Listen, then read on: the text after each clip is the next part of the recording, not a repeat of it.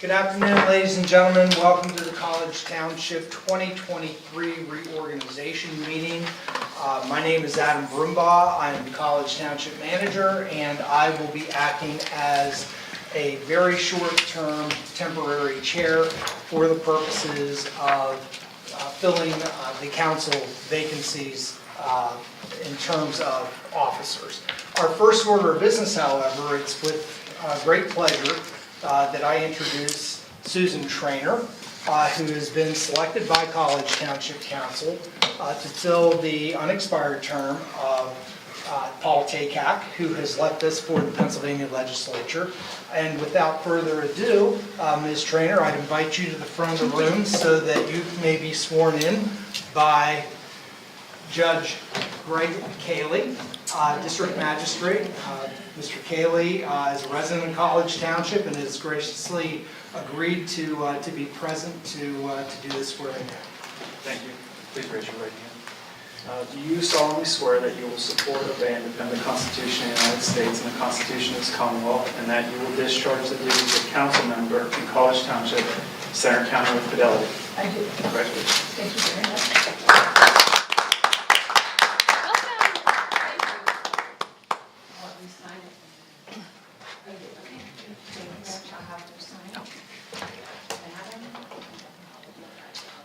you, Jen.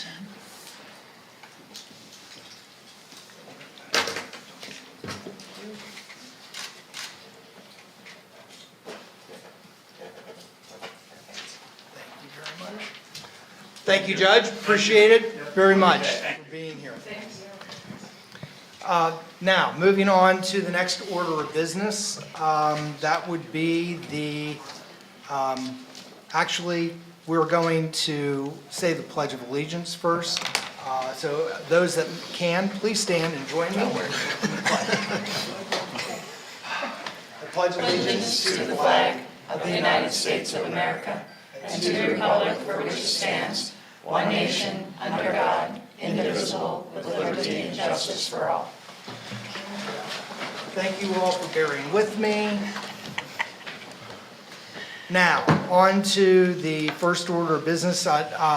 Nominations are now open for the 2023 chair. Mr. Temporary Chair, I would very much like to nominate last year's Vice Chair, Carla Stilson. I second that. Moved in second. Are there any other nominations to be considered? Hearing none, all in favor, please say aye. Aye. Any opposed? Say no. Congratulations. I will now happily relinquish. All right, thank you. Thank you, everybody. And I would like to welcome Ms. Trainer with my own words. You have a wonderful year ahead of you of a lot of learning, and if you need anything, let us know. Thank you. Okay, next we have nomination for Vice Chair. I'll accept a motion. Madam Chair, I nominate Dustin as Vice Chair. Can I get a... I would second. All right, any further nominations? No, yeah, any further nominations?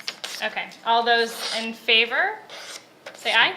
Aye. And opposed, same sign. All right, Dustin is Vice Chair. Congrats. Thank you, everybody. All right, as this is a reorganization meeting, we have a couple of items of business, COG committee and regional appointments. NV1. I will read down and we have a lot. Okay, let's go. So, COG committees. We have Executive Committee, Ms. Stilson. So all these are through the end of the year. Finance, Mr. Frank. Human Resources, Mr. Best. Parks Capital, Mr. Best. Yes, okay. Public Safety, Ms. Trainer. Land Use and Community Infrastructure, thank you, Mr. Bernier. Facilities, Mr. Bernier. Climate Action and Sustainability, Ms. Stilson. Parks and Recs Governance, Mr. Frank. And General Forum, all of us. Any discussion on that? We're all good? Okay. B, Regional, General Committees. LTAC, Ms. Trainer. Spring Creek Watershed Delegate, Mr. Best. Spring Creek Watershed Alternate, Mr. Sharp, who's with us today. Thank you, Mr. Sharp.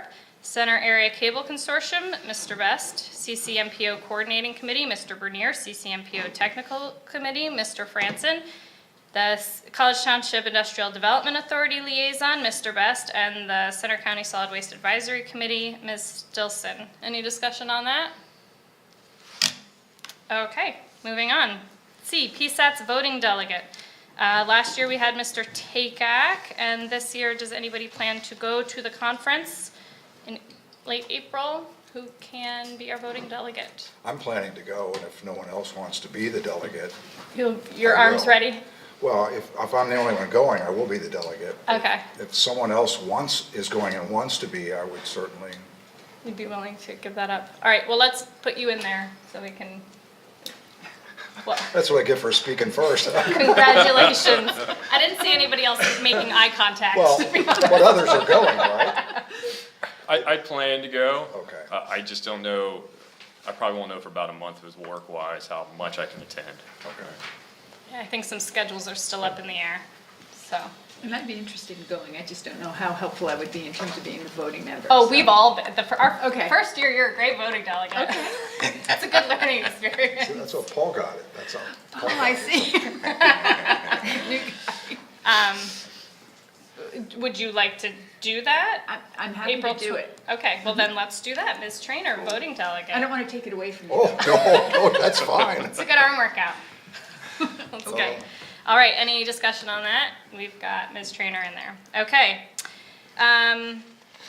All those in favor of NB1, say aye. Aye. And any opposed? All right, all that is approved. Now on to the consent agenda. CA1, appointment of all College Township Committee alternates with full force vote as needed. What this means is that for all of these committees, any of us can stand in if somebody's out. So we are all each other's alternates for all of our committees, and we all have, and in that situation, we'd have full force vote. CA2, appointment of Louis T. Glantz and Johnson as College Township Solicitor for 2023. CA3, 2023 auditing services, Fiore, Fideli, Snyder, Carothers. Okay, so CA4, reappointment of all current College Township staff members to their current positions and the additional appointments of the following for 2023. Adam Brumbaugh, Township Secretary, Manager, Right to Know Officer, Tax Collection Committee Delegate, Privacy Official, and Security Officer. Mr. Franson, Local Traffic Advisory Committee, CCMPO Technical Committee, which I kind of did before, but anyway. Mr. Long, Township Treasurer and Tax Collection Committee First Alternate. Ms. Kerner, Local Traffic Advisory Committee. Mr. Northridge, Local Traffic Advisory Committee. Ms. Snyder, Assistant Township Secretary, Tax Collection Committee Second Alternate, and Assistant Right to Know Officer. CA5, appointment of Trans Associates as College Township Traffic Engineer, McCormick Taylor as Alternate Traffic Engineer, and Keller Engineering as just Township Consulting Engineers for 2023. CA6, disposition of records, R-23-01. Those are attached. CA7, appointment of sewage enforcement officers for 2023. Mr. Snyder as primary sewage enforcement officer, Mr. Warner as secondary, Mr. Royer as secondary, James Royer as secondary, Robert Royer as secondary, Mr. Roan as secondary, John Long as secondary, Mr. Horner as alternate sewage enforcement officer. CA-8, College Township rates, fees, and penalties schedule amendment of. So also attached, we have the following: R-23-02, R-23-03, 04, 05, 06, and 07. Those are all attached in your agenda. CA-9, R-22-08, amendment to section 184-21, local services tax collection costs. CA-10, authorities, boards, and commission matters. Appointment and reappointments to authorities, boards, and commissions of the following: Mr. Grutzek to the Water Authority through 12/27. Mr. Vernon to the Local Traffic Advisory Committee through 12/26.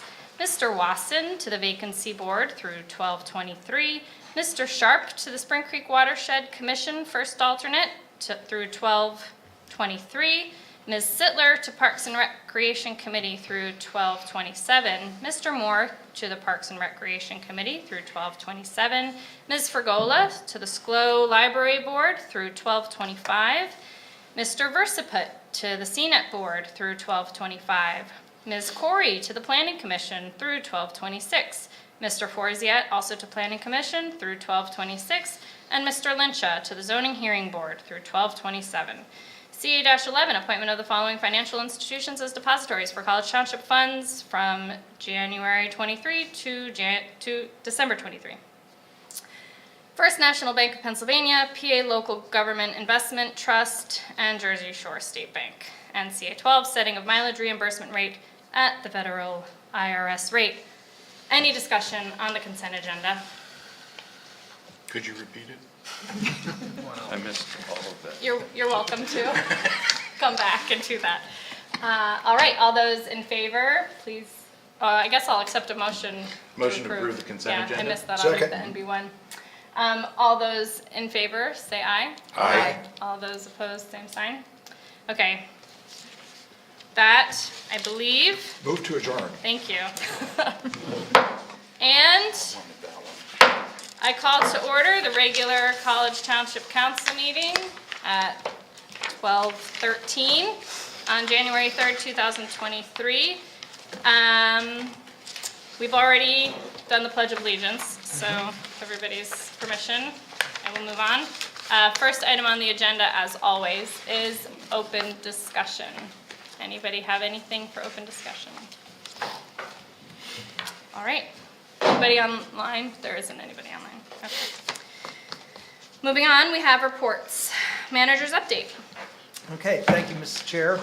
I'd like to bring everybody up to date very quickly. All of these items have been identified and updated in the manager's update, but with respect to the Pike Street project, essentially our actual on-street work for this year, this season, has been completed. The last item was the brickwork there that had been completed, I believe. Did they get the handrails in yet, Don? No, Or- there's still handrails, and there's a couple signs that they're still waiting on. So that, over the next couple of weeks, will actually be completed, and that will represent kind of the point at which we shut down the project. At this juncture, there's only some cleanup kind of punch list work that needs to be completed in the spring. Dawn, if you wanted to say anything about any Trees. of that. And then trees again. Some landscaping, line striping for the parking spots was not able to be completed. Those three things are pretty much it, just generally cleanup. And just as a reminder, council previously had talked about a dedication ceremony sometime in the spring, and I would imagine that pending the completion of the items that Dawn just mentioned, we would be looking at sometime late April, early May. Yeah, definitely. In order to have that dedication of the Pike Street project, which was, as many of you know, many years in coming, so. Adam, quickly following Yes. up on that, could we set a date sooner than later? That way it can start to be advertised and, We can. I'm not prepared with dates today. Well, I but know. we can actually, at our next meeting in January, we can actually target Yeah. a date. and a rain date. Yep, and absolutely. Great. Get it out there. We'll Thank you. Do that. We're going to be talking a little bit here later on about the Dale Summit Small Area Plan and our work with our selected consultant, DPZ, out of Florida, to work with us on our form-based code project. And Lindsay will be talking a little bit about that. So that is upcoming here yet today. I also wanted to mention the LTAC vote that is coming up. LTAC will be reorganizing on, I believe it is January 11th. And there is a meeting scheduled. At that time, the LTAC appointees will be reviewing the draft materials that would be going out for vote to the property owners that are located in the study area. We can make any kind of revisions that need to be made, but you'll actually have those details and what staff believe should be presented to the property owners in advance of the vote for that particular project. So you'll have an opportunity to take a look at that on January 11th. In fact, I believe that those LTAC packets will actually be mailed to the LTAC committee later this week. So those will be forthcoming by email, by postage. Everybody will have those in hand in advance of the meeting on the 11th. So that is moving forward. Tentatively, we're looking at or suggesting a vote to begin sometime in late January, around the 23rd of January, and continue for a period of 2 weeks, concluding by 5 o'clock, close of business on February 3rd. So those are the suggested times at this point. Again, all of those details will be set and fixed by the LTAC committee. So they will be working on that. But I did want to make sure that everybody was aware of what was going on. Just one, I wanted to go back very quickly with respect to Pike Street. Of course, in December, one of the items that we dealt with had to do with the ultimately what ended up being the reopening of the alleyway to two-way traffic. That was predicated on signage. And Dawn and/or Amy, if I could impose upon either of you just to give us an update on the signage, because once the signage is up, then officially we can proclaim that that's now the alley, Berry Alley, is reopened to two-way traffic. Yes, I did order the sign before Christmas break. I have not seen anything, no questions were raised, so I'm assuming they have it and are processing it. Right. I would assume we would get it fairly soon. Okay. So once that actually happens, then we'll have it installed, and we'll be sure that we do notifications to the community to make sure that everybody is aware that is now formally reopened to two-way traffic. So just wanted to catch up on that. I'm sure there are others here, but in the interest of time, unless there are any questions, that's everything that I wanted to touch on today. So. All right, any questions for the manager? I have one for Dawn. Yeah. The rails at the bus stops, there are some rails up now. Are there? One side's up, now the other So side's. there'll be rails on the other side Yes, of the yes. street, okay. Is that it? Okay, great. All right, next, COG Regional Liaison Reports. I hope none of you have any. But if you do, speak now. Do you have something to say? Well, just so that we're all aware that, and if you haven't read the newspaper, about Half Moon issuing an ordinance to withdraw from the Shiller Library. Okay. So we'll see where that goes over the course of the year. It won't happen until 2024. but Right, yeah. Mr. Brumbaugh wants to add. Very quickly, I had the opportunity to meet with two members of the Half Moon Township Board of Supervisors. I actually have a signed copy of the resolution that was adopted. I am going to need to get that into the new chairs of COG's hands. Or are you effectively chair until? I am till the reorganization. Very good then. I just wanted to be sure that I pass that along to you. Thank you. It's not like we haven't been down that road before. True. Still not fun. Oh, All right, so that's it for COG Regional County and Liaison Reports. Next, Planning Commission. Do you have a report? There's no report. We'll meet tonight Okay. for a reorganization. All right, thank you so much. Thanks for coming. And it's not on the agenda. It just didn't make it because this was copied from last year, but we do have reports D, Diversity, Equity, and Inclusion Report. Does anybody have anything to offer under Diversity, Equity, and Inclusion? I do. I did Google January DEI month, and it is actually Slavery and Human Trafficking Prevention Month. Since we are a government office that interacts with people of all walks of life, I thought maybe we would take that opportunity to, there are lots of very simple handouts online that we can access so that our employees know what to look for when you're interacting with people to see if there are any signs that human trafficking is taking place. So Adam's going to put those up on the bulletin boards, and it seems like a small step that we can take to honor that situation. Anything else?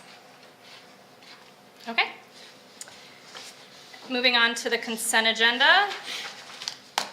CA1, approval of minutes, December 15th, public hearing, College Township Budget 2023, and December 15, regular meeting. CA2, receipt and approval of the following correspondence.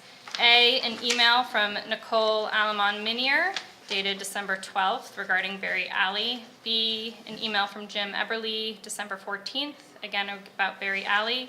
C, email from Daniel Materna, December 14th, regarding the casino. D, a letter from Center County 911 Emergency Communications, December 12th, regarding addressing at the Mount Nittany Medical Center.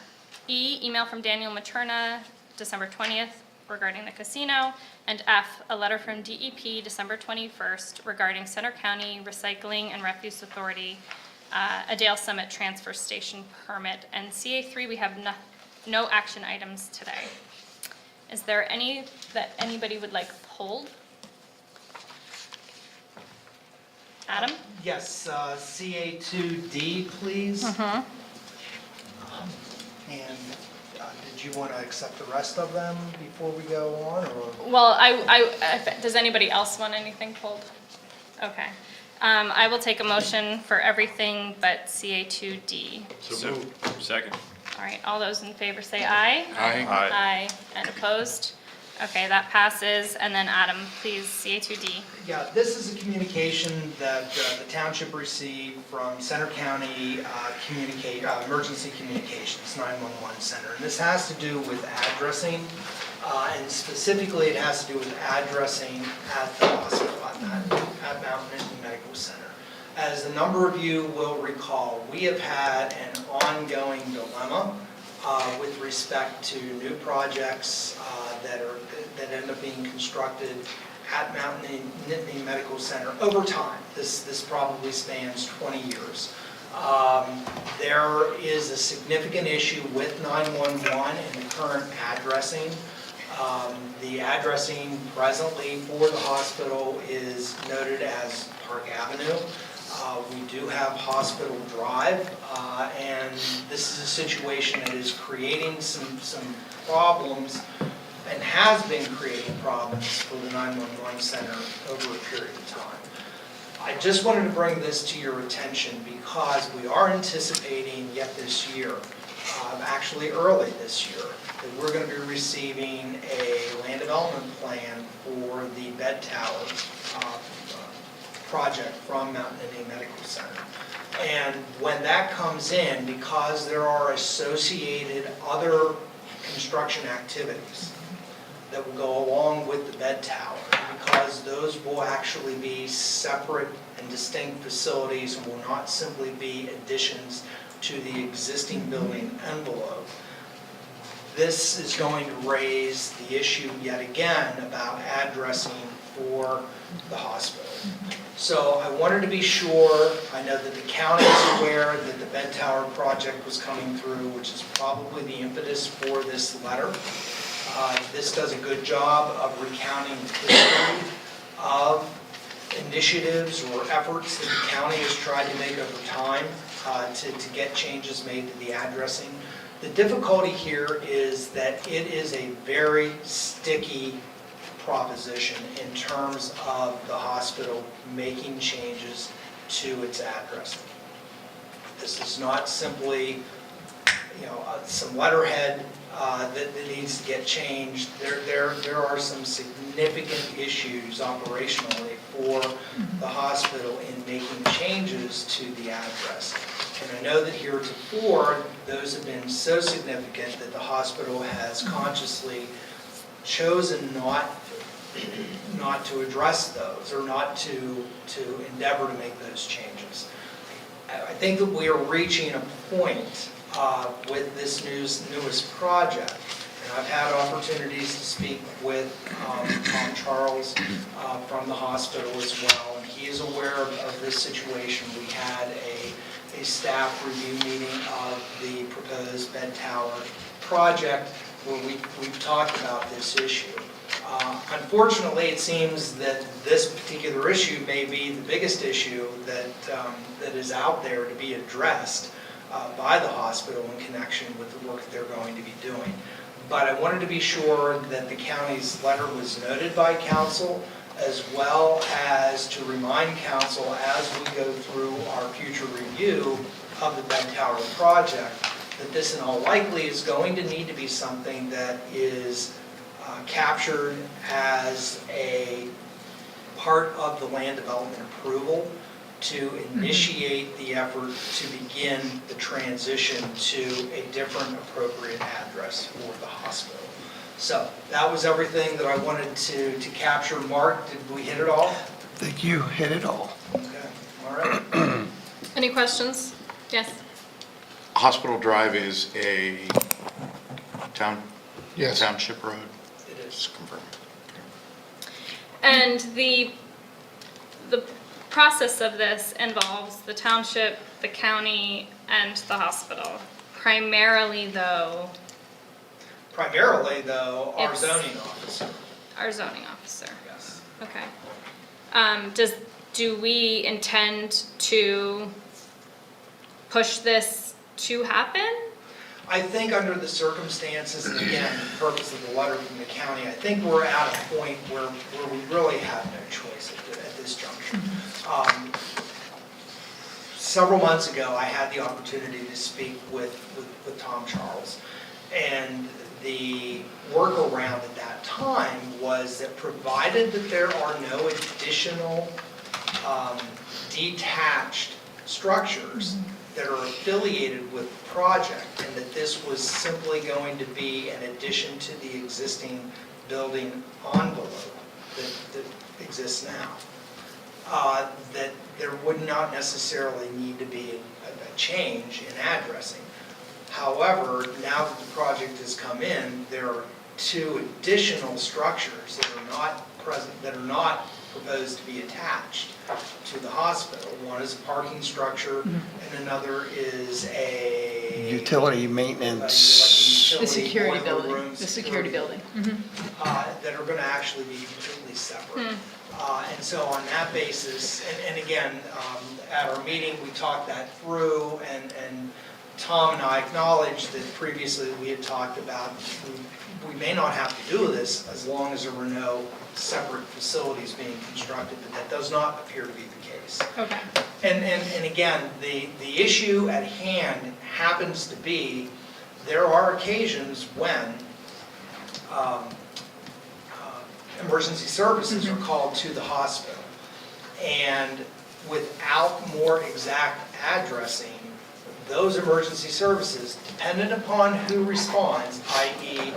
Penn State ambulance services or EMS, they may not be as familiar as locals are with the hospital, and may not know, and have in the past, not been able to arrive where they were needed. And so it is actually, becomes a public safety issue. Yeah. That I think the time is now. I would also say that I think that this is a situation, while it needs to be initiated, I think there is I think that council has the ability to provide an appropriate amount of time for the hospital to make these steps and making these changes. And this would likely be, by my estimation, certainly a period of months, if not years, to allow for the hospital to make those changes, again, because they are so significant to the operations of the hospital. So that was everything that I wanted to bring to council's attention. This will come up as we go through the land development plan review process. Yeah. On that, Reading the letter from 911, it seems to indicate we don't need a land development plan to initiate this. Are you just suggesting that request? Are you just suggesting that since they're coming forth with a land That's development? exactly right. Okay. And I think it's a good way for us to memorialize that on a land development. So that's plan more as the part of tool for memorializing it than anything. If for some reason the land development plan is withdrawn, and we've seen that happen before, the thought is that we would still pursue this just outside of the land development plan. I think that's for council to Okay, determine. so that's what I'm hearing is we've reached the point where the need is there. The land development plan just happens to be a convenient mechanism upcoming. Yeah, and it just seems to me, what we're saying is when there's more separate buildings, now you're approaching the idea that this is a campus, right? And there's multiple buildings, you can't just use the same address for everything. It is a campus. We do refer to it as a campus now, and it definitely has that feel. There are several buildings. But I'm guessing the new address would be Hospital Drive, not Park Avenue too, right? I presume so. Yes. So that's part of it, is the GPS is not taking you off Park Avenue when you're trying to get there? Correct. Oh, yeah, and then there's multiple buildings in there, and, yeah, it's hard for newer people. Okay, that's exciting. We have tackled a number of 20-year-old projects, 20-year-old issues. I'm confident we can handle this one. Did you have something to add? I did have a question. The hospital address, the mailing address is different, so I'm getting familiar now with the 911 addresses versus the mailing address. The mailing address is a Park Avenue address, isn't it? I'm not sure what the mailing address is, but that is what it's addressed as Okay. all That's what across the I- board. It does not carry any Hospital Drive addresses. And therein is where the problem is you have one entrance coming off of Park Avenue, and you have Multiple buildings. numerous things addressed off Right. of Park Avenue when they are really not connected to Park Avenue. Yeah, it's no longer a single building hospital. Correct. Yeah. All right, thank you. May I have a motion to accept consent agenda 2D? So moved. I second. All right, all those in favor, say aye. Aye. Aye. And opposed? Okay, consent agenda is accepted. On to old business. Somehow I ended up in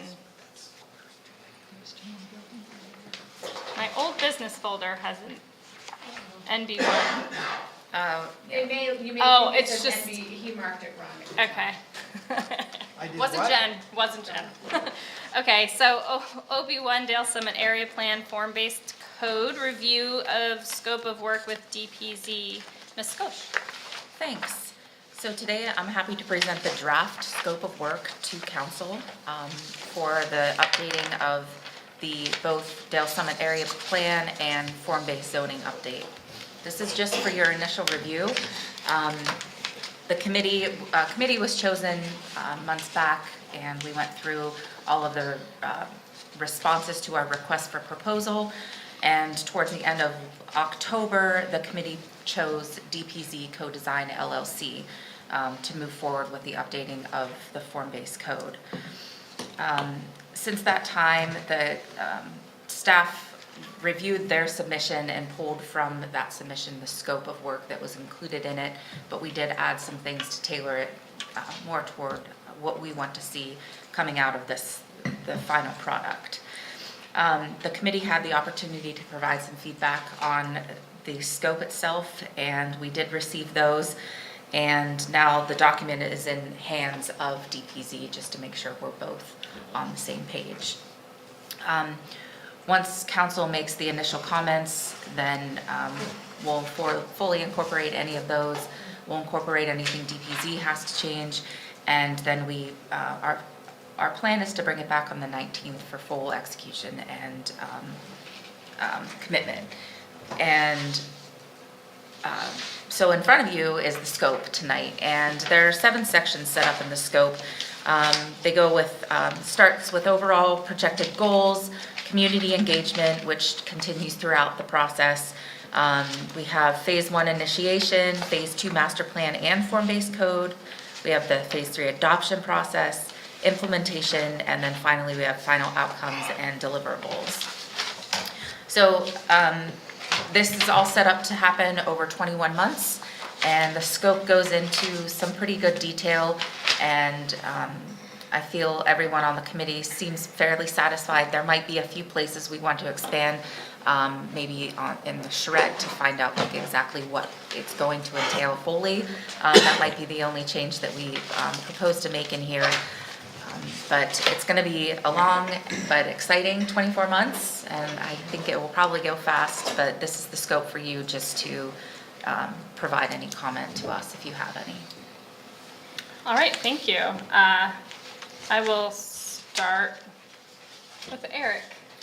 Yep, I apologize. I had a chance to provide comments to Lindsay prior to this, and I didn't. So I have two that I probably should have sent out earlier. One is very general. Under overall project goals, really, the goal is the first bullet, isn't it? And then the 6 bullets under that all really are part of the first bullet. It's more just a format thing, because we're really not talking about any of those 6 bullets outside the Dale area summit, or the Dale Summit area, right?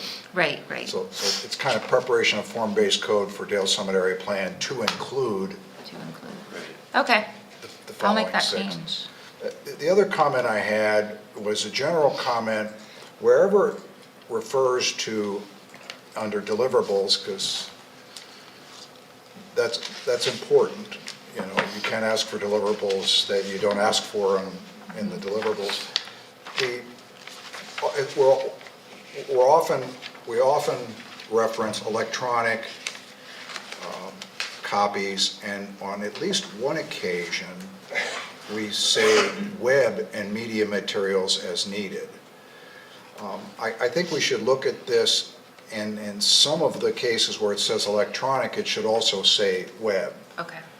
Because what I see, for example, under Dale's Summit Area Plan, we'll prepare a final area plan, it says electronic and paper versions. It would be really nice if they provided you a web page that already included those graphics, and staff didn't have to assemble that stuff and put it together.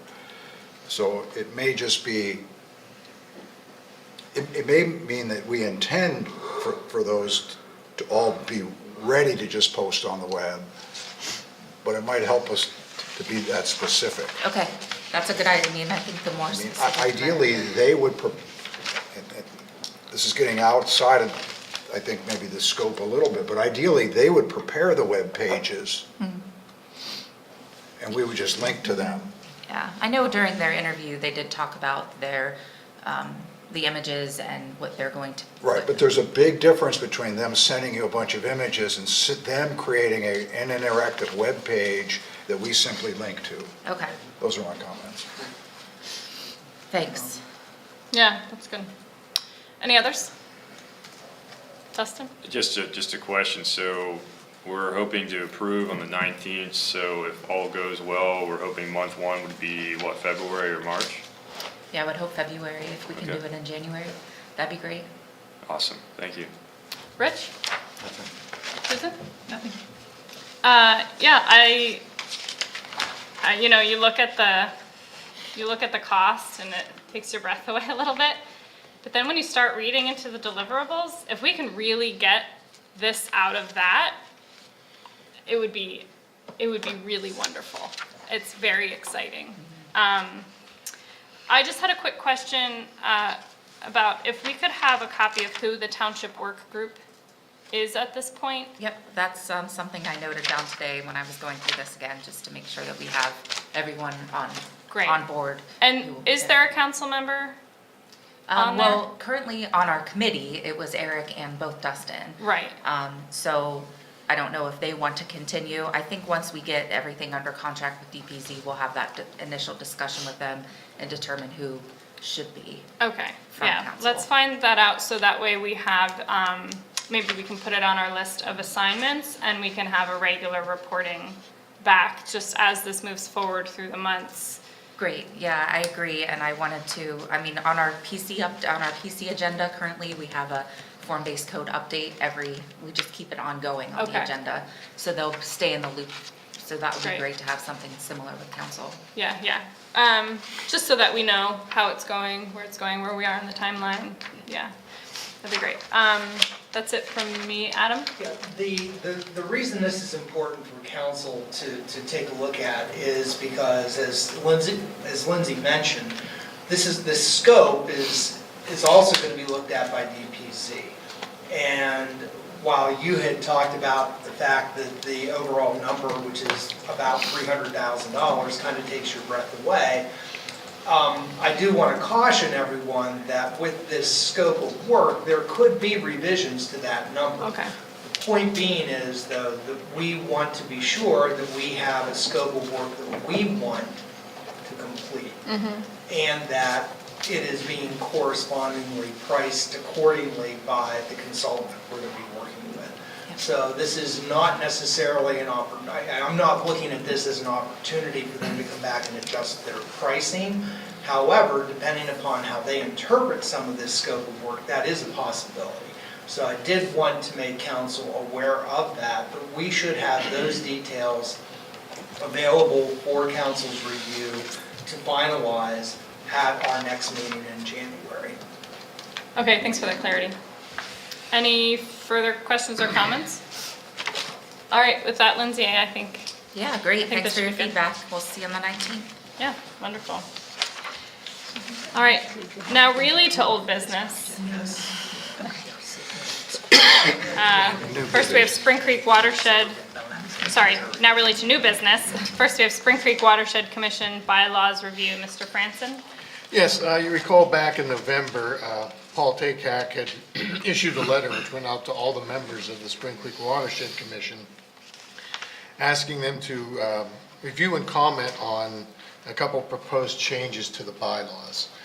The current bylaws for the Spring Creek Watershed Commission require any of the officials, which is the chairperson, vice chair, and secretary, to be actually elected officials of the municipalities of the commission. And actually, in 2022, we had 2 elected officials on the commission. So we have 3 openings and 2. And of those 2, none will be back next year. So we don't know how many municipalities this year will actually be appointing elected officials who will be interested in attending the meetings. The way the bylaws are set up is you can have an elected official and a secondary person, which in this case for our township has been Bill for the last couple of years. I'm the secondary person for Walker Township. But what we're seeing is mostly it's these secondary people actually being at the meetings to vote. So one of the things that they want to change in the bylaws is that any officer of the commission can either be the elected official or the alternate. And then the second thing that they would like to do is add a treasurer, because the commission now is having a little more money than it did a few years ago, and the treasurer's duties are going to become greater, especially as we start working with the One Water plan, where we might actually be doing a lot more consulting work, maybe from outside consultants, things like that. So what the commission is asking is for each of the municipalities to consider allowing for this change in the bylaws that would allow non-elected officials to be the primary and to become officers of the commission, and to actually expand the commission by adding, or the board by adding the office of treasurer. And they're also creating a 5th position. And I'm going to ask Bill if he wants to chime in on this. For the, what are they calling that, the executive board? It will actually be another person on that. Yeah, at large. Executive committee, I'm sorry. There'll be an executive committee which will consist of the 4 officers, and then a first person, as Bill just said, at-large member.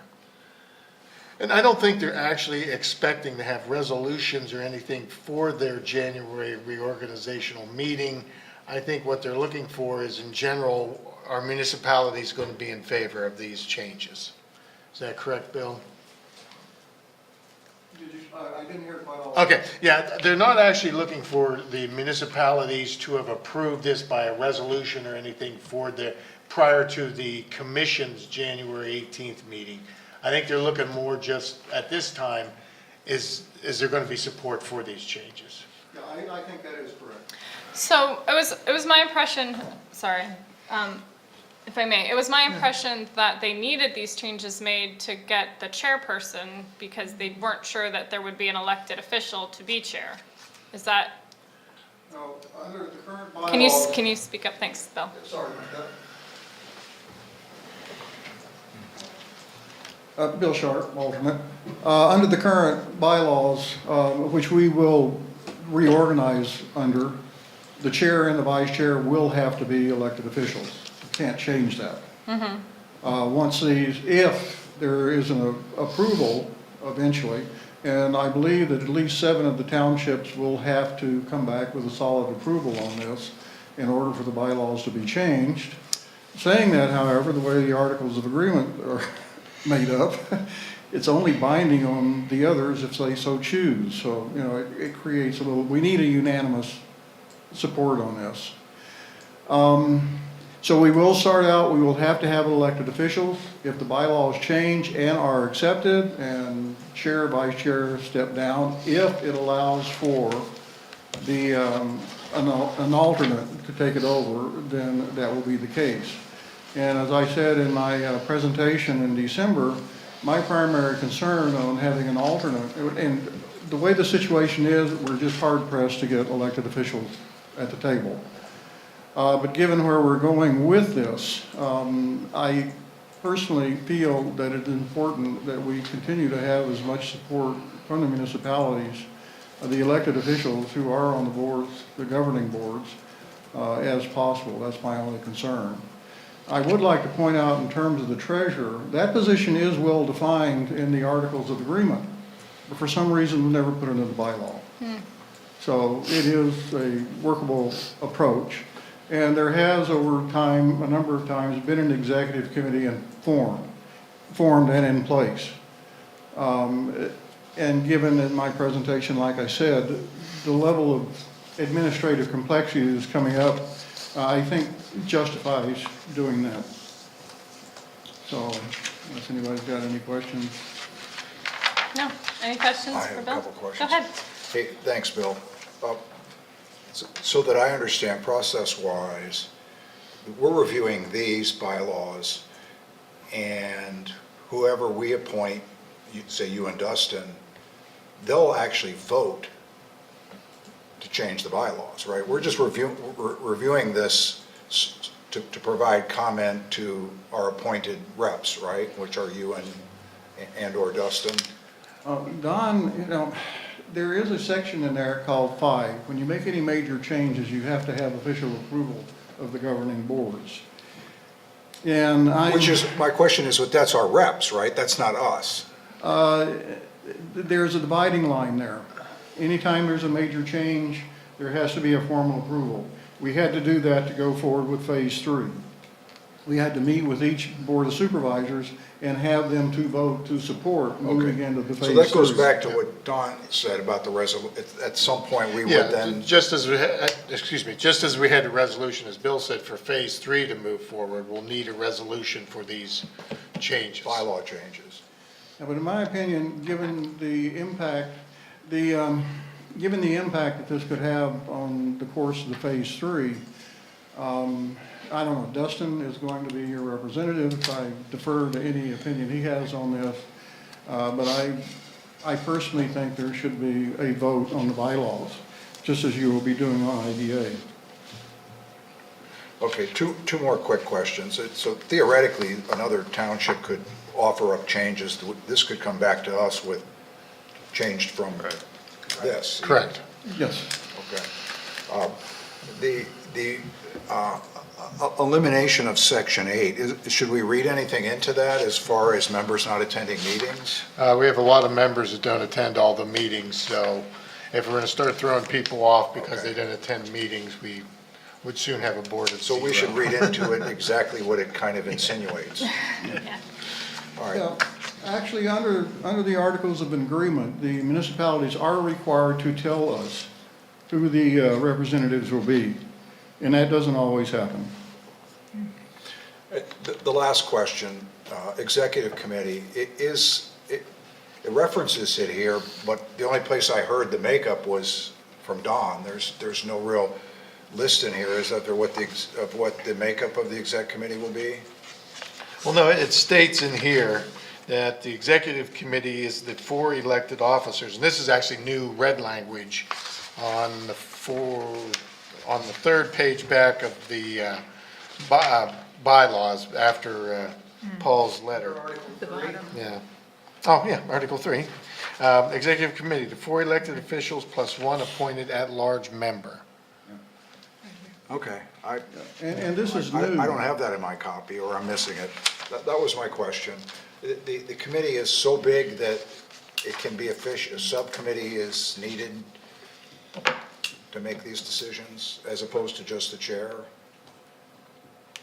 I mean, In terms of the who determines the agenda right now? Chair. Just the Yeah, chair? the chair does do the agenda, yes. Okay, so under this change, that would be a committee.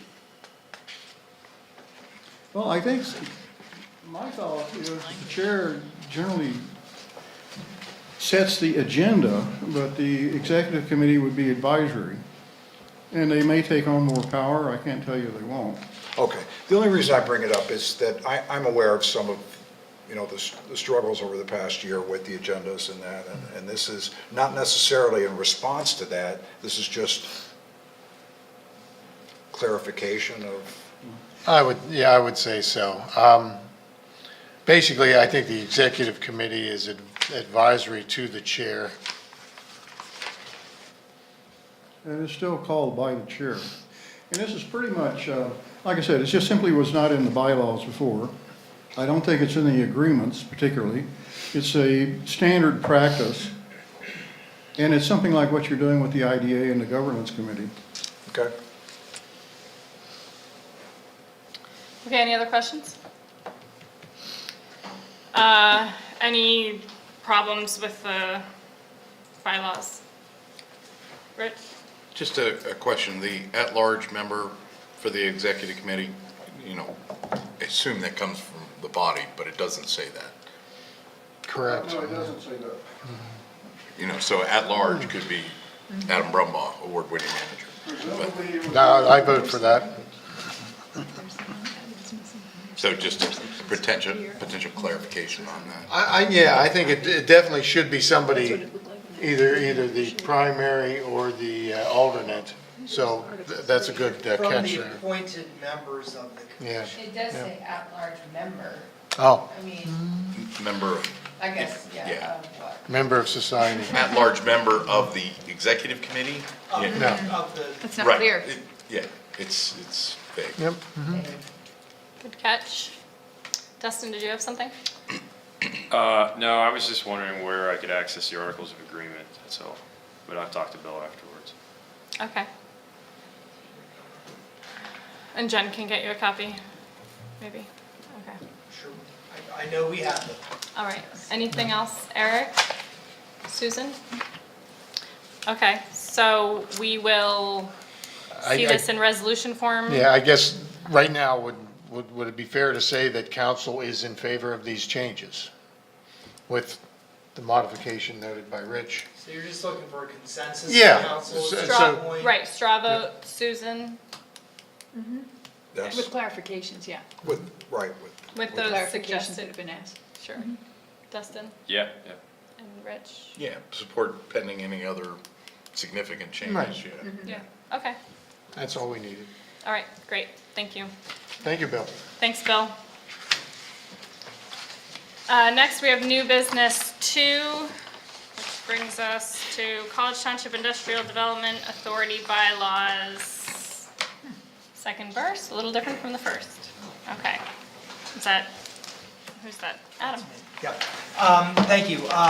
College Township Industrial Development Authority, as you know, has been in a reorganization mode since March of last year, of 2022. And part of that reorganization had to do with a fresh look at the existing bylaws for the organization. previously, the last bylaw changes were made to the IDA back in 2008. So it's been quite some time since some of those bylaws have been reviewed or modified. As a result of this reorganization process, and I've been involved in acting as their interim executive director, a couple of things have happened. They have established a workflow process where they've identified 4 standing committees. They have a governance committee, a loan committee, a marketing committee, and finance committee. And those committees are meeting on a monthly basis, regular participation by those that are assigned to the committees. And one of the changes here, one of the significant areas that is being modified within the bylaws is the acknowledgement of those standing committees and the roles that they play in terms of the overall governance of the IDA. So that's one of the things that is being proposed here in this rewrite. And if I had not mentioned it before, this is a total rewrite of the IDA bylaws. One of the other aspects here is that there is a recommendation in the bylaws at the moment to modify from a board of 8 to a board of 9. The board of 8, and going back to the 2008 bylaw modifications, was somewhat murky. The 2008 version of the bylaws tried to identify alternate positions for IDA members. Those alternate positions, however, had the full force and vote of a regular member. There was some confusion there. By the establishment of the 4 committees, and in order to properly populate those committees, the board is recommending that the bylaws be revised so that there is a total of 9 appointees to the College Township IDA now. And we are also recommending doing away with the alternate type positions. So these would be 9 straightforward appointees made by College Township Council to the IDA. Including the council delegate, the council member? No. No. No, the council, Okay. the council liaison is Liaison. just that. It is a liaison. Okay. It is not a voting member of the IDA. It is an individual that basically may attend any or all of the work of the IDA. Principally, that is focused on attendance at the regular IDA meetings, although it could be expanded as necessary, as desired, for the council liaison to participate and listen in on various committee debates and discussions. But primarily, it is to represent the township and the township's interests, speak to those interests where appropriate, but not to vote at the regular IDA meetings. Thank you for that clarification. Trying to see, one of the other things that the rewrite accomplishes is it specifically identifies the officers and the roles of the officers within the organization. And again, simply to put a fine point on what those duties, what those responsibilities are, so that there is no confusion, who is able to sign checks, who is not, those types of things. So I think that this is a great effort. I know that Bill has been on the IDA in the past and has put a lot of effort toward these types of changes that I think are represented here before you today. This is a situation where council does not adopt these bylaws. However, because you are the appointing authority, it is entirely appropriate for council to review the proposed changes to the bylaws and to offer any comments that will be taken back and provided to the IDA for their consideration. And clearly, council's comments will carry a lot of weight in terms of how that is received by the IDA. So with that, unless there are some specific questions, that's kind of a high-level overview of the bylaw changes. Okay. Rich, any questions or comments, or, Comments, no questions. go ahead, Okay. comments? Just from a procedural standpoint, it should be stated in the header that these are amended and restated bylaws. Amended meaning they change, restated meaning it's the entire document, so that's clear. In 25, line 25, this is one of the things that we saw in our appointments before. So the paragraph says a term of 5 years, but then they shall be staggered. So you run into a situation where just because they came up, you're putting more than 3 people on at one point. So what I might suggest is a term of 5 years or less.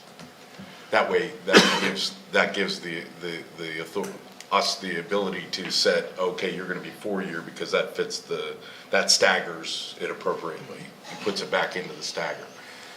It's easy to stagger at the start, but then when people come off for other reasons than expiration, it becomes an issue. Line 111. So no more than 5 years. No more than 5 years, okay. Yeah. Assuming 5 years is our standard, but that allows us to. If somebody's fulfilling 2 years left, then. Right, it doesn't say it says that we appoint for 5 years, not that we appoint to the unexpired To the term, term. right. Unexpired term.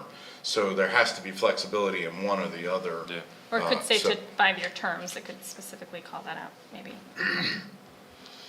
What's And then that?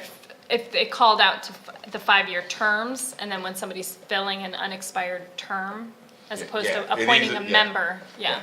Either way, as long as That we have the flexibility to meet that second standard, That's which smart. makes sense of staggering and everything. So, yeah, 5 years or less gives us the ability, or a second, that it's different for, filling an unexpired term. 111 on quorum, the only thing, it specifies a majority of the members, specifically 5 of the 9 members and stuff. But like we run into here, when we only have 3 members, if we only have 3 members, every vote has to be unanimous. So it should, I think it would behoove them to maybe, hey, that affirmative vote is a majority of those in attendance, not a quorum of the body, kind of thing, some Okay. language of that. Well, is that true? Is that what you're going for? That'll have to be reviewed by the board, but I think that it's correct. I think that comports with the way that they're going. It looks like it says they want a quorum obtained, which is 5. But I wonder if there's an overarching rule with authorities that covers that already to start. Under the Authorities Act, there could be. Right, so that, if that even needs to be in the if it's in the bylaws, it ought to be consistent with the Authorities Act.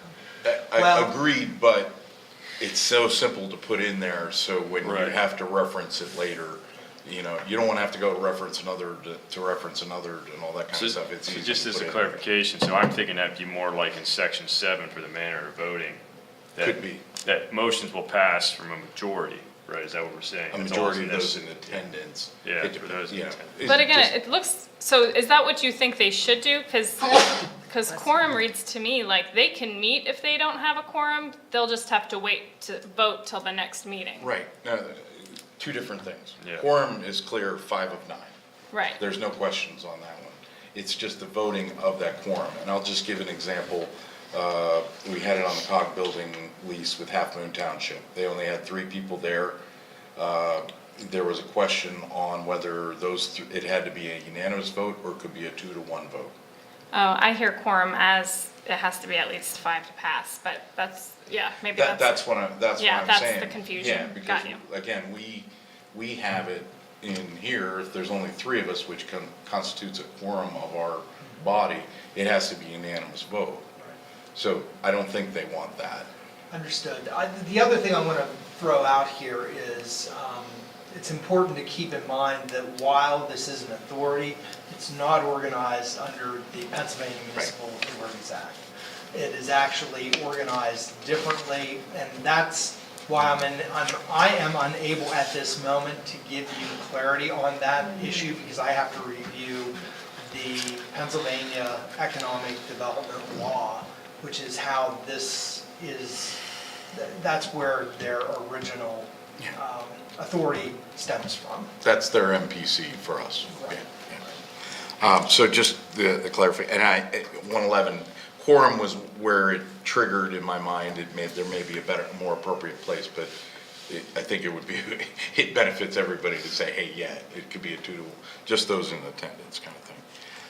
Line 118, I think there should be a reference to where the Journal of the Authority should reside, like the office of the office of the authority, just be clear on that, because that hasn't always been the case. 166, let's see what I had on that. Recommends a scope of work for the solicitor to the authority and the process of, where is the process of selecting?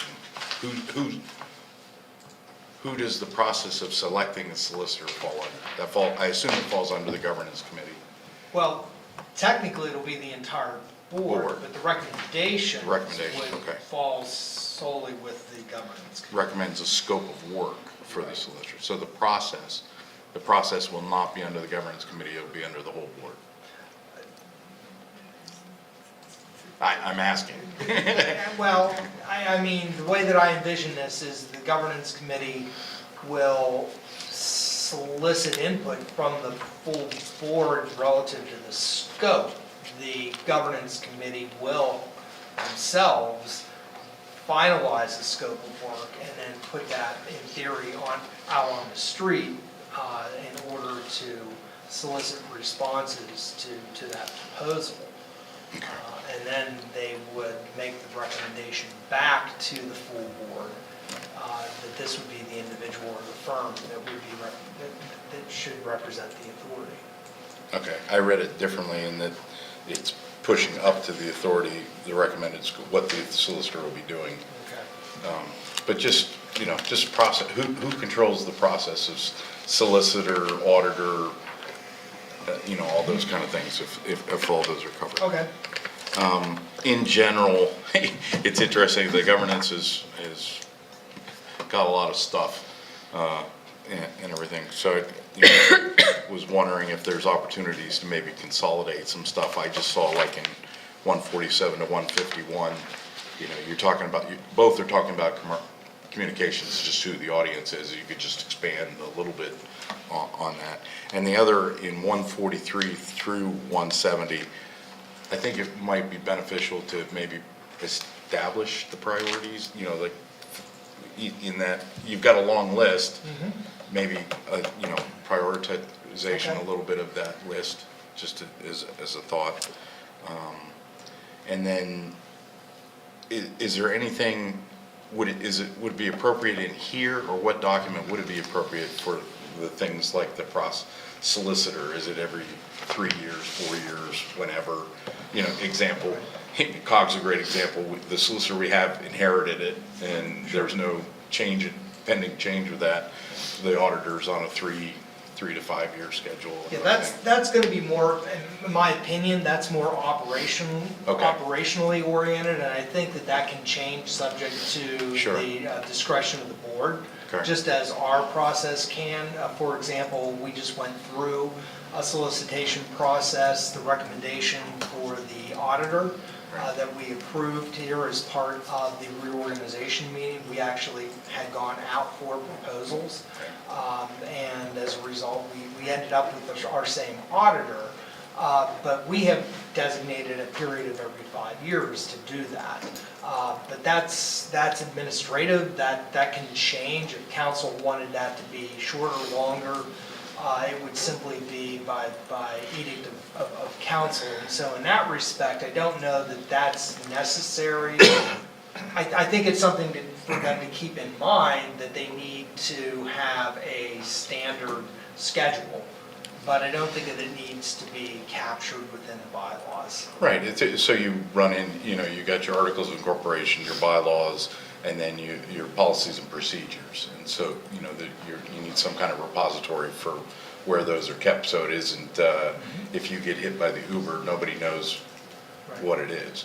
kind of thing. So that can be ingrained into the bylaws, but it can be a secondary subset into As the long as policies. everybody knows what it is. And, yeah, it's known, it doesn't have to be researched, there's one place to go to get that answer, it's memorialized, boom, that's what's nice about the bylaws, is they don't change a lot, and obviously, and you can go and reference them and everything, that's why it's a nice place to put that kind of Okay. stuff, because you can always go back and amend it, if you need to, but till then, it establishes, that's all I have. And consider titling it "If Hit by the Uber." Yeah, that, In lieu of the Uber. you might add definitions section and put hit by the Uber on that. But just to piggyback off what Rich was saying, you got my wheels turning a little bit on that. Is it appropriate in the bylaws to have something that points out that document hierarchy, right? This organization shall have these, documents, articles of agreement, bylaws, and, SOPs and things, for governance, whatever it might be. That would probably filter through the governance committee. Yeah.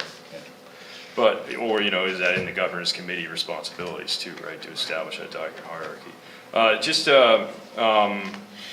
I saw in the committee composition, it says, it can pretty much be anybody, but is there do we want the chair to be on a certain committee, like the governance committee, because it's not in there, right? So, things like that, specific assignments per committee. And then, okay, where is it appropriate to outline the council liaison? That's simply just a question, where does that live?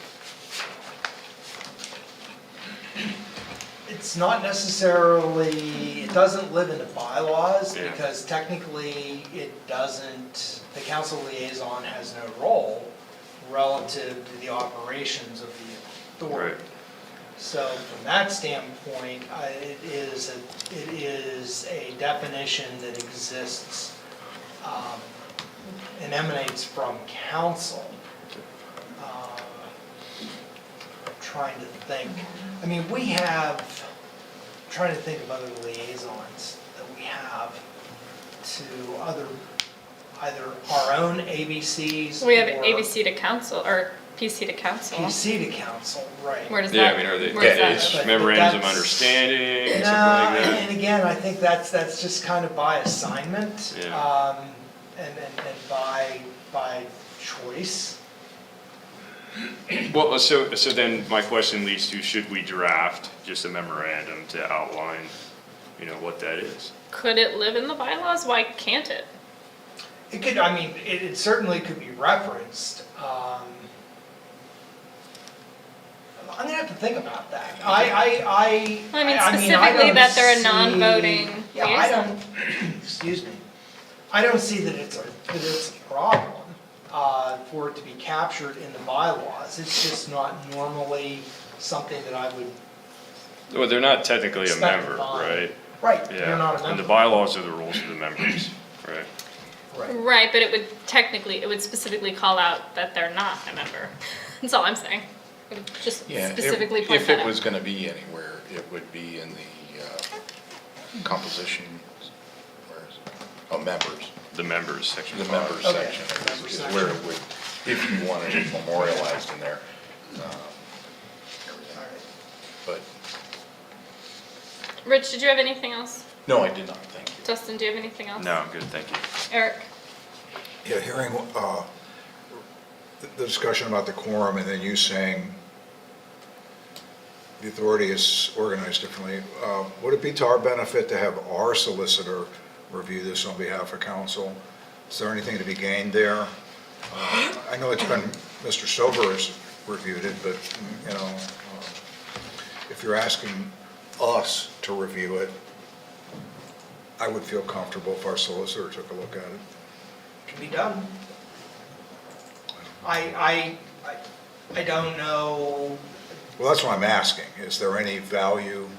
and I don't know that. Essentially, what our solicitor would need to have the economic development law of And 1967. that's what triggered it. And then based on that, you would have to do the review thereof. Are we better off having him do that versus you? Well, definitely, yes. Wow.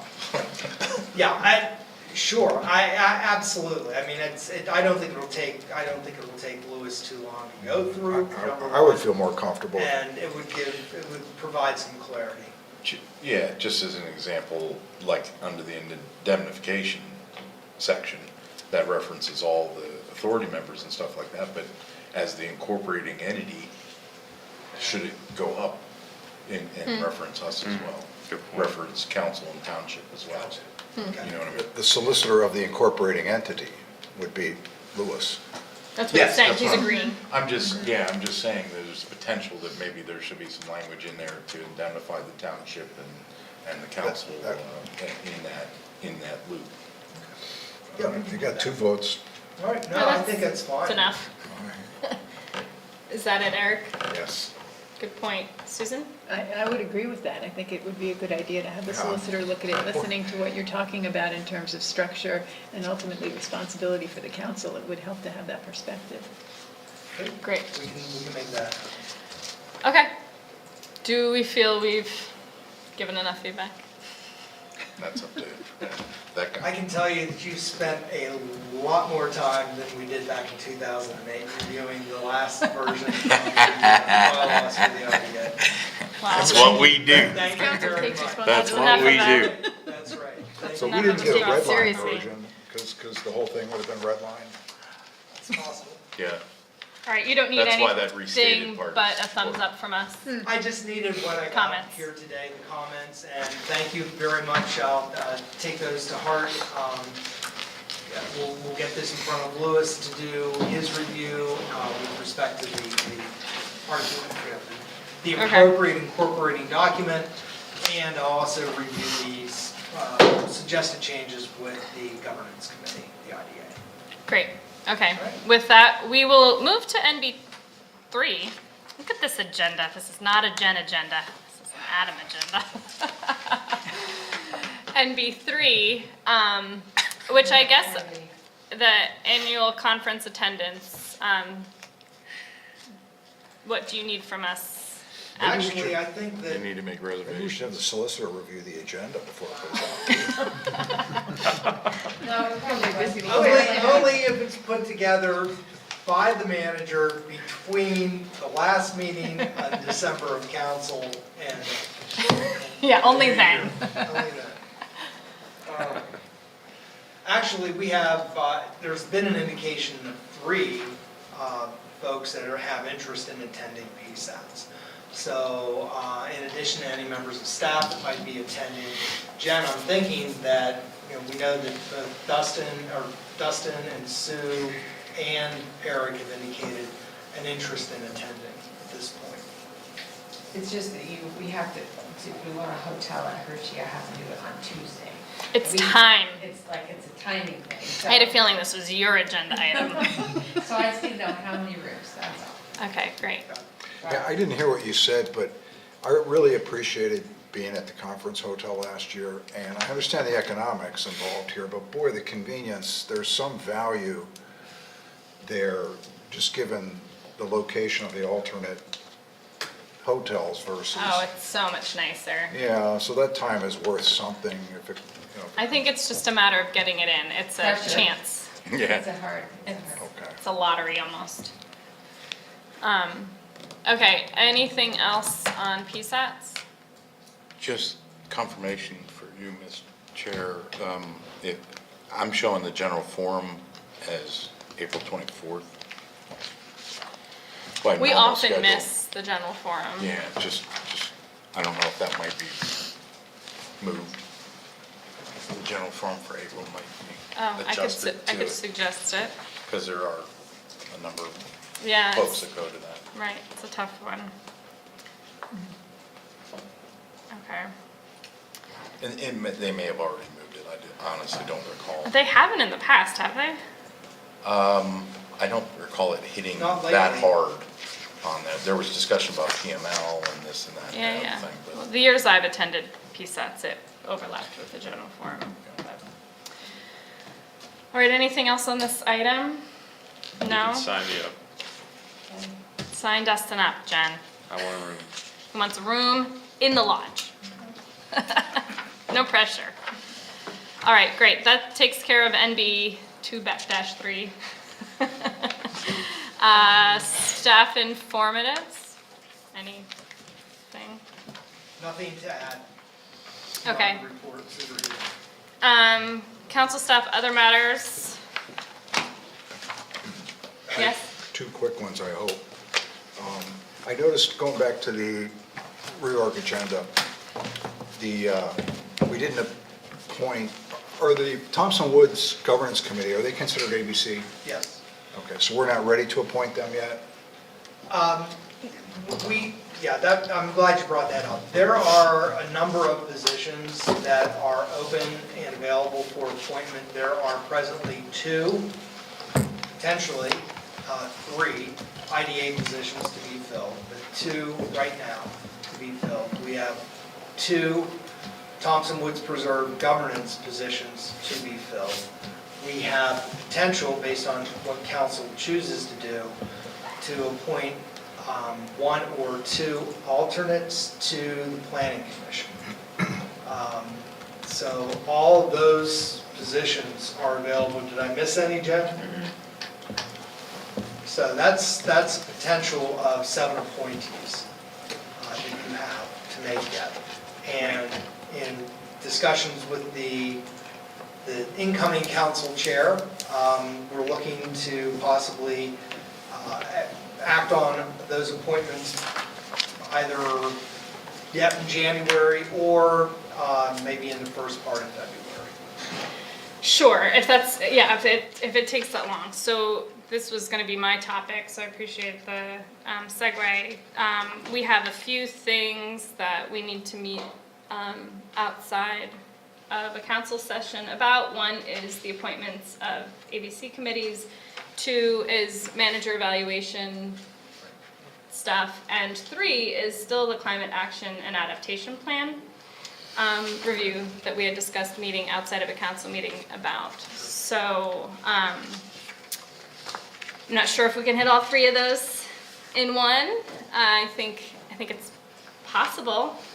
It'd be nice to get to all 3 of those. So if Jen could send out a doodle poll for us to have, I don't know what of that, some of that's personnel matters, so it's executive session, some of that's special meeting.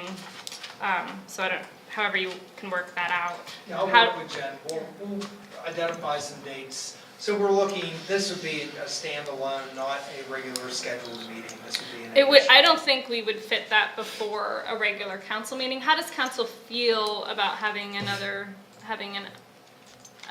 special meeting in an evening? I thought that was our preference the last time we talked about the climate action. Exactly. With a was that special meeting for it that. warrants its own standalone meeting. Right, and I thought maybe if we could throw in the ABC and the manager eval into that, then we wouldn't have to have separate ones. Not into the public meeting, but into that time frame. Okay. That Right. evening. So an Same- exec same session evening. prior. Exactly. Okay. Exactly. And so we're thinking, what, an hour each? I'm just asking. for raise. ABC appointments, I would think would take a discussion. Well, we have potentially We have 2 to interviews. We have some interviews, then we have, Yeah, That's a lot. 3 that we haven't interviewed now? 2 that were for That is a IDA, lot. 2 and Eric Silver. Maybe those and the managers, Separate out. or put those together, but keep it, 'cause I got the sense, the climate action, that we really wanted to roll up our sleeves a bit on that. Yeah. Oh, I Yeah. agree, yeah. so I mean, could we do an exec before our second meeting in January for those items? And then just keep the climate a special meeting? So, yeah, I think that's what we did last year, basically. Sure. Very I like similar. that. If you were going to be conducting any interviews in advance of the meeting, second meeting in January, you'd have to start early.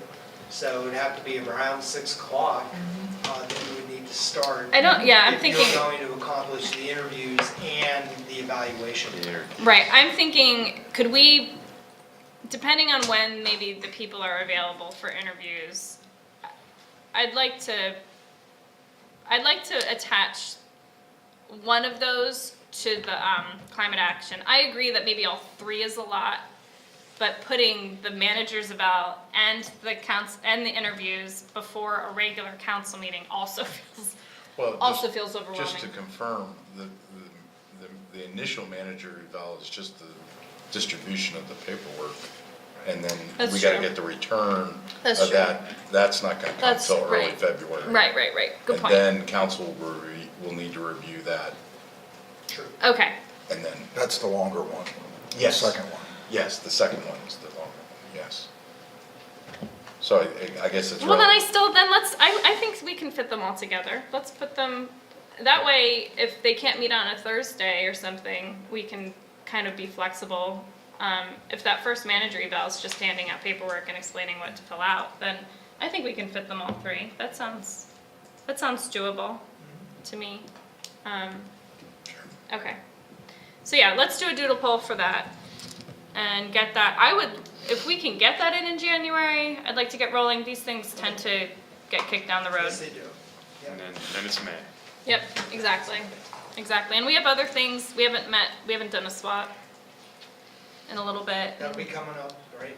Yeah, so I'd like to get this under us and behind us, so. Okay, one other thing, I feel like I did not ask for motions for NB1 of the reorg, in the You did reorg. not. Yeah, can we fix that? That feels, Actually, technically, you can just appoint those people, Oh. I believe. You know, so Yes, that's it okay? That's not broken? No, that can Okay. be consensus that just actually had a vote. Great, as long as we didn't miss anything, okay, perfect. Thank you for I that. had one other. Yeah, please. Just food for thought. I would like us to consider asking staff, say maybe every 5 years, to get quotes for some of the appointments we make in the reorg meeting. In particular, the solicitor. It's a small town, and I think we did that about 5 years ago. And I'm not putting it out there for any reason other than, well, you know what reason I'm putting it out there for. And I anticipate that it won't necessarily cause us to switch solicitors, but I think the exercise of getting those every couple of years is healthy, and it certainly helps me. Yeah. To be thank you. reviewed in December, prior to the reorg meeting? Is that what you Yeah, want? just So have, that's out there. and I know we're not required to do that, Right. we aren't, but I think It's just I just think it's Yeah. just It is, healthy. and for the township, for the engineers too, It's a the small traffic town, engineers and and, everybody knows everybody, and I think it's just good practice for us. yeah, great. We can do that. Okay, Good. sounds good. Thanks. Anything else? Okay, well, with that, I will say that, as incoming chair for 2023, it is my goal this year so I'm really excited. I feel very fortunate. We have a really skilled council. And my goal this year is to use your gifts and your skills to the best of our ability. So at any point, if you feel that your skills are not being used to what they could be used to, please reach out to me and let me know, because I'm really hoping we can get a lot done this year. I think this is gonna be a good year, so thanks.